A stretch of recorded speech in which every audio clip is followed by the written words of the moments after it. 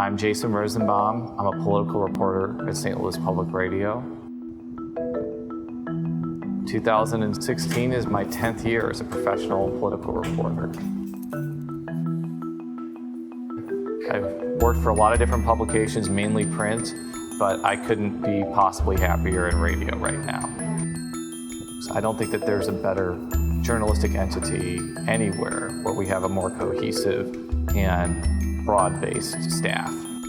I think we have the whole package here, and we're really delivering the most comprehensive, in-depth, and important coverage that I think that we possibly can. I think that just makes coming to work very gratifying. Jason is the future. Jason is brilliant. On the other hand, I've been working at this longer than he's been alive, which is kind of a standing joke because I'll bring up something that happened or that something that a politician did.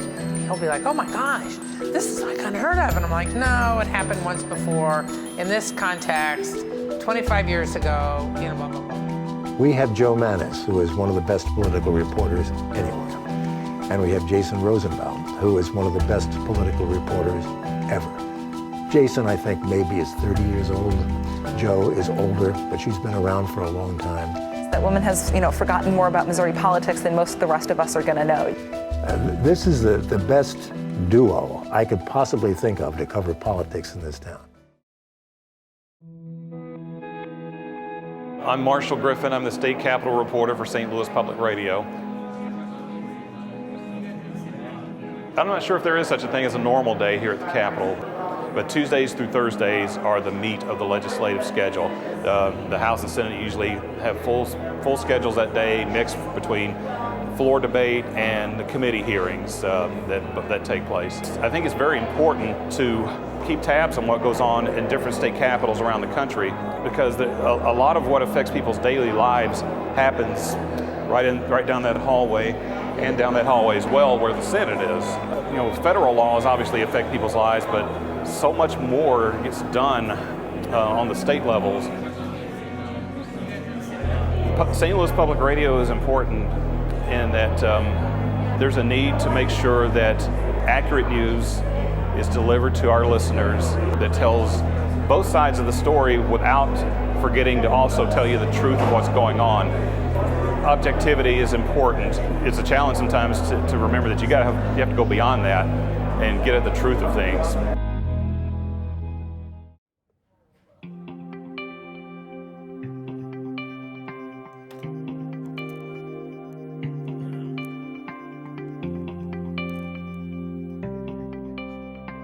Now, you've seen what our staff looks like out there. We've got a very large staff of very talented people, and a good blend of people who are veterans and people who are relatively new, very bright young people that, I scratch my head at how competent and how talented they are. Jason's doing this story right now. Rachel Littman may well pick up some of the legal aspects, Stephanie Lecce, Camille Phillips. I mean, it becomes a whole team effort. And everyone tries to figure out, here's the story we want done, who should do it, and how do we get it there.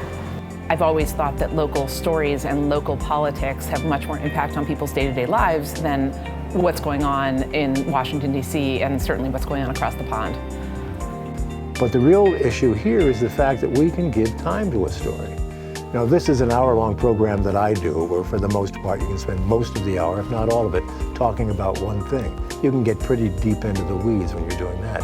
The same with the reporters out there. It's not just a question of them doing a 30-second spot for a newscast.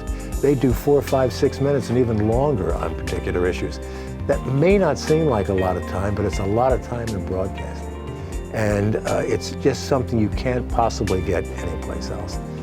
And the whole mission is to provide an audience with the information they need to make intelligent decisions about their lives, whether it's who to vote for or what the issues are with regard to a school board election, you name it, run the full gambit. And that's what we do, and we do very, very well.